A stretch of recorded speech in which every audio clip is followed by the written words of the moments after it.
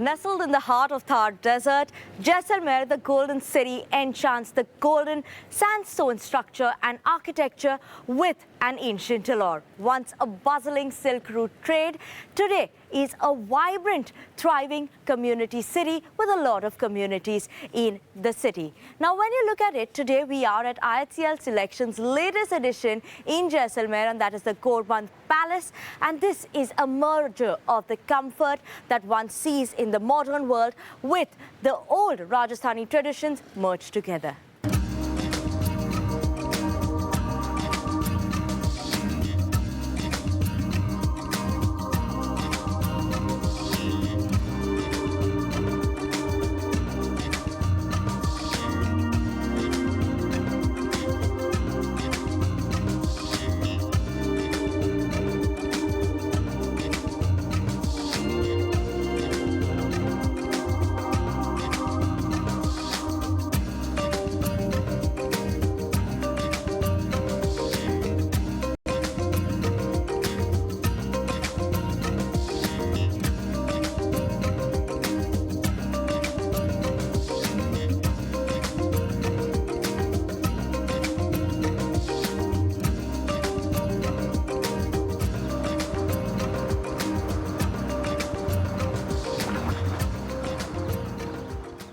Hello, and today I'm at a very special place, and this is the golden city in India.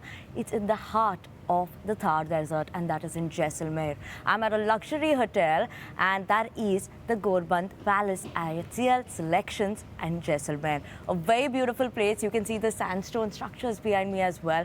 And this luxury hotel is by these two gentlemen. Let me introduce you, Dr. Lakshyaraj. Thank you so much for joining in with us, as well as Mr. Puneet Chhatwal from IHCL. So it's a pleasure having you both of you all, because this is a very, very beautiful place. I've been seeing it since morning. It gives you that royal vibe as well. You know, the relationship between IHCL as well as HRH has been something that is for over 5 decades. And that is what matters, right? The beginning of anything is if you have a relationship, no matter what, that will take you forward. That's the strength of building anything. And I think that's what I want your take on, right? This 5 decades of journey, how do you see this going? 3 hotels are already there? Yes, no, I think it is absolutely fabulous. One feels very privileged and honored, you know, and it's a very special relationship for us. And especially for me, I'm the 3rd generation now who's dealing and working alongside with the Tatas and the IHCL. It's just brilliant, and I think there's nothing more than a feeling of joy, happiness, satisfaction, honor, all kind of really put together, and on such a momentous occasion to be here in Jaisalmer with Mr. Chhatwal. And Chhatwal sir, wise words from you, because this is very important in terms of a relationship. And 3 hotels already down. I hope there are many more. I'm waiting for them. Yeah, I think relationships are the foundation of any leadership, any business, any kind of great work that you want to do cannot happen without relationship. And I feel like Dr. Lakshyaraj said, also very privileged, because when I took on this role almost 6 years and 3 months ago, the very first family that I connected with was with them, and from day one things worked out very well. We renewed the contract for Lake Palace. We celebrated 50 years of Lake Palace. The chairman of Tata Group came specially to Udaipur. We spent a day with the family. The second was then we added Fateh Prakash Palace in Udaipur. This is the 3rd one. And I just feel it's the beginning. We can do many great things together. And Dr. Lakshyaraj has been an ardent supporter of Taj and has grown up with Taj, literally. The relationships ensure that the continuity is seamless, is profitable, and is helping building both the teams to a very different level. Absolutely. You know, Dr. Lakshyaraj, also, because this is heritage tourism, that's something that we've seen picking up also. And you know, the hotels at Udaipur Lake Palace or even this place, we see that there is heritage, there's so much culture in India. How do you see that shaping up? You know, is that something that, you know, you think that's more of a focus that you want to keep on continuing going I think forward? it's an interesting question. I think first thing we need to understand is that the youth has certainly got very fascinated with the culture. And I think with the Tata Group here, the way they are being able to take the culture to the people and to our own country and to people coming from abroad as well has just been brilliant. So I think history doesn't become full of mystery, and I think it becomes very interesting and very fascinating. And especially when we've been around here in Jaisalmer, specifically speaking, the amount of youth and the young that we've seen come here and enjoy it has been fascinating, you know. And I think the way it's kind of communicated, the way people are absorbing, and culture doesn't necessarily only mean structures or stones. I think from the food, when you come into this sort of a place and you get the Taj hospitality with it, I think it just is the cherry on the icing and takes Sone you. pe suhaga, na? Yes. In Hindi it was and in the golden city. You know, absolutely. So, aur chamak raha hai. Yeah. So, Puneet sir, you know, that's what I, you know, want to question you, because how do you see that change coming in? You know, do you think we've seen a lot more people moving towards, whether you say religious tourism or whether you say heritage tourism, and you know, as a trend, do you think, you know, because you see much forward than what we will be seeing, do you think that's something that could continue for a long period of time, given that, you know, how Dr. Lakshyaraj was also saying in terms of how youth is also interested? So there are two aspects you're asking me. One is heritage and the other is spirituality, right?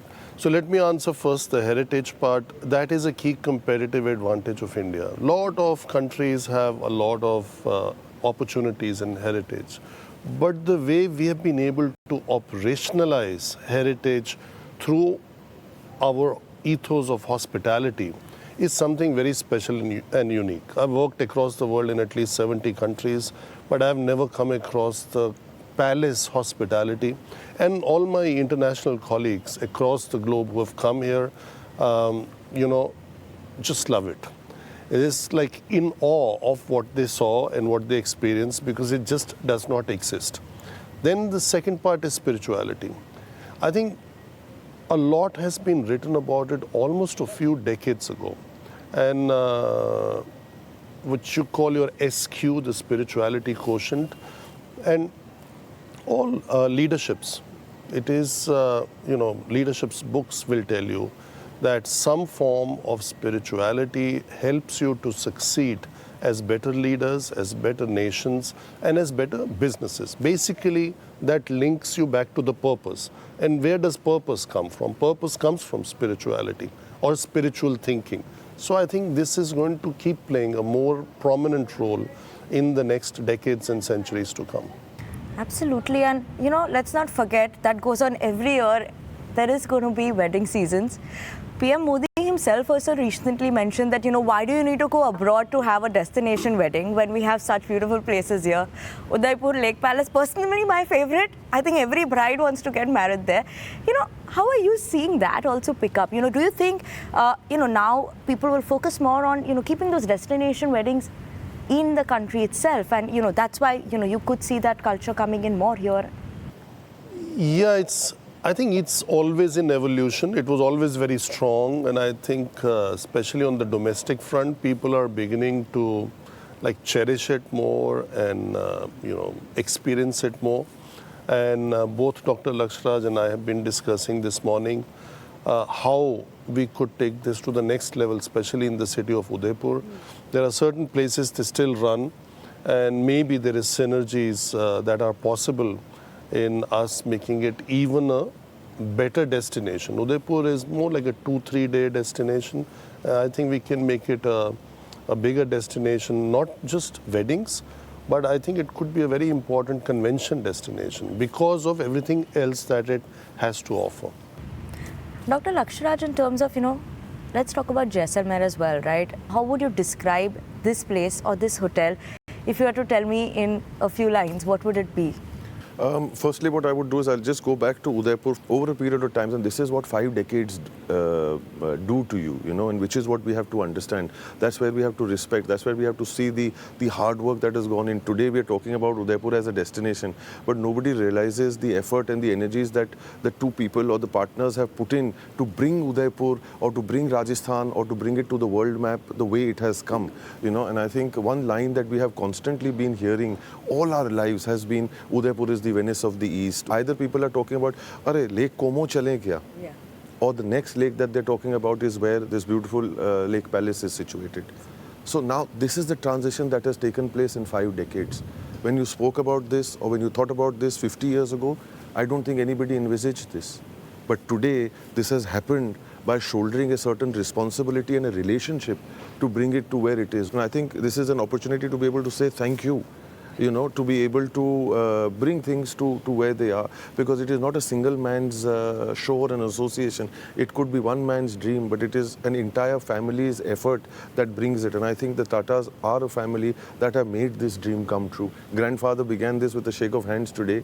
Father kind of took it forward, and today I'm here, privileged enough to be able to take it, and where Udaipur, Jaisalmer, Rajasthan, India is now being spoken about in the same breath. So now coming to, as far as Jaisalmer is concerned, I think it was a destination which was not explored enough, and I think I'm so glad that finally Taj is here and is here with us. It is another dream come true. Dr. Lakshyaraj, as HRH Hotels, right? Ji. That is one of the hats you wear as an entrepreneur over there. Ji. What is your aspiration over there? What is the thought process that you would be looking at? Is it more in terms of heritage hotels?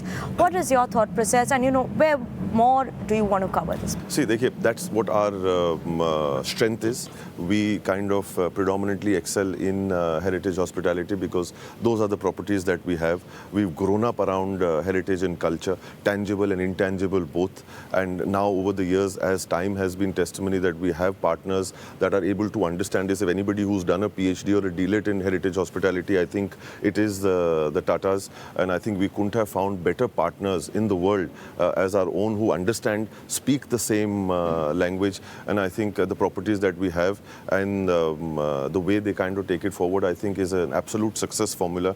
So there's really no point trying to reinvent the wheel. And I think that is the way to take it to the world.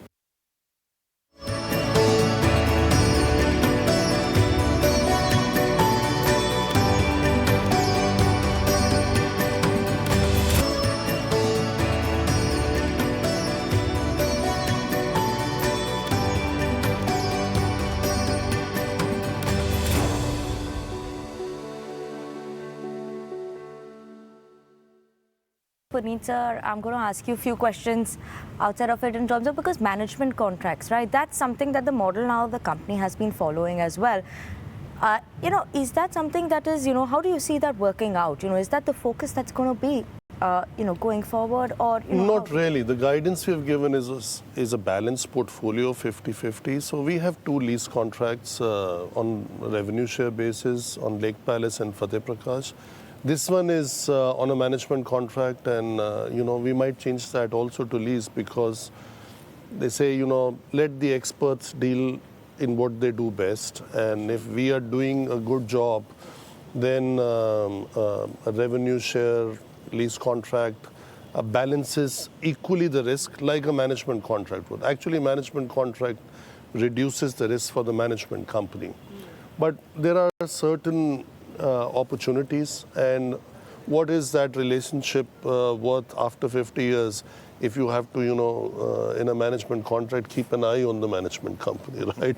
I think that's the last thing they would like to do. But sometimes, you start a project and you start it in a certain way, and by the time you finish, a lot of things have changed and evolved, and you finish it in a different way. As we are in just the first 3 weeks of the opening of this hotel, it is very different. And maybe 3 months later or 9 months later, this might have evolved to a very different level. And Puneet sir, in terms of, when you talk about travel as such also, where do you see the trend that you are seeing in terms of where is the destination in India that people are going a lot more? Travel in India as a sector, tourism, hospitality, has just taken off. from a domestic perspective. It was always 80-85% of our business, but the way it has picked up post-COVID just demonstrates where India is as the fifth largest economy, as a fast-growing economy, where a lot of people are moving from, let's say, a lower bracket to a medium or a higher bracket. And travel is a fundamental need and is a great opportunity to unite different cultures within the country, to create more awareness and build the character. And that is a far deeper meaning of travel than just discretionary leisure, getting into the water in a beach or in a pool. I think that is what travel does. It creates a huge amount of exposure, both domestic as well as international. And I think India stands to benefit immensely from the travel, tourism, hospitality and aviation sector in the decades to come. And the best proof of that would be, look at the number of planes ordered by India in the last year or so is maybe higher than all the countries in the West put together, right? Yes, absolutely. So those planes are going to be used, and that is going to create travel. Look at the schemes of the government in building, so many airports, doubling the number of airports. So the renaissance of the train stations, the Prasad scheme, which is going to help in, creating new destinations. And obviously, as I said before, spirituality, there is no substitute for that. And I'm very optimistic about the future of the travel sector. Absolutely. Dr. Lakshyaraj, an important point that I want from both of you all is in terms of sustainability. That's become the key as well, right? Taj also has Pathya, which does cover the ESG part, as well as culture is included as well. But Jaisalmer in itself also, when you look at it, our ancestors had amazing, the structures that they made were so sufficient in terms of whether rainwater harvesting, because we are in the desert, so they had to focus on that as well. Your irrigation system. How do you see that sustainability working out in, whether you say Udaipur, Jaisalmer, or, how are you shaping it up in your hotels as well? See, firstly, I break this word up slightly differently. My way of being able to look at this word is not sustainability. My way to look at this word is the ability to sustain. I think when we kind of decide and focus that, now where the world is going, where things have become exceptionally sensitive, the customers are exceptionally sensitive, and we have to be responsible. And I think that is an impact that we're seeing across the board. And I think people who are doing well in this are getting more respected. And I think it's about taking care of where you are. It's not something that you can just do overnight, but this is something that has to be done over generations. And I think, quoting an example as far as Udaipur is concerned, my grandfather's line that I would usually say, that where the palaces that we've been speaking about, the Lake Palace and all of that, these palaces were built and lived in before America was discovered. The lakes were made in 300, 400 years ago. Today, those are the same very lakes that are sustaining the city of Udaipur and places in Rajasthan. So not going back so long, 1947, the population of Udaipur was about 50,000 people. Right? Today, it's almost coming to 1 million people. The infrastructure remains the same as it was 3 centuries ago to be able to take care. Now it's our responsibility today that we don't abuse that system. And now with the new technologies, the way the world is changing, you're recycling a lot of water, bed sheets are being, and this is something that I talk about, I think, and it's important to kind of mention this. How many of us, even at home, change the bed sheets every day? So why are we expecting this to go out somewhere else and to put pressure on our planet? Nobody is going to win from it. Right, but I think people have begun to respect this, understand this. Hotels have taken great steps to be able to address these issues. So I think we are all heading in the right direction. Absolutely. And so it's become the need of the hour, right? All these issues that are there, it's now we need to do it. Like, there is no option but to focus on it. And that's why I believe the Tata Group also started Pathya on the back of that note as well. So Tata Group has a program called Alingana, and each of the group companies have their own program, and for us it is Pathya, which has its 6 P's, and one of the P's is preserving culture and heritage. So I think this is something which is in the DNA of all Tata Group companies, because the founder, Jamshedji Tata, 155 years ago, defined the word purpose, because he said the community is not just another stakeholder, rather the purpose of the existence of any enterprise, right? So this is like part of your DNA, as I said, and you just do things the right way, and the right way includes the best practices of ESG, and we are very pleased that we are at the forefront of that, not only as the largest hospitality ecosystem in India and as the oldest operating company of Tata Group. So this is all a part of our DNA too. Absolutely. And just closing comments from both of y'all for this beautiful Gorbandh Palace at Jaisalmer. What would you like to say in one line to the viewers? If I had to say, what would you write on a t-shirt if you had to describe it? Well, I would definitely say, I said, come visit the city and enjoy the best hospitality with the Tatas. Absolutely. And sir, you? Jaisalmer will be the place to be, and hopefully in the interest of Rajasthan and in the interest of the portfolio of the royal family, this destination will become as important as Udaipur is, attracting weddings from all over India and all over the world, attracting meetings, incentives, conventions, and and a lot to discover, and puts this important city, what you call the golden city, in the golden triangle, the traditional golden triangle. Yes. So we will try to increase the size of the triangle. Absolutely. You know, it's beautiful to have both of you gentlemen talk so much about this beautiful city as well. A lovely place. Thank you so much, gentlemen, for joining in with us. This partnership to continue for decades and decades. So thank you so much, gentlemen. Thank you for having us. Thank you.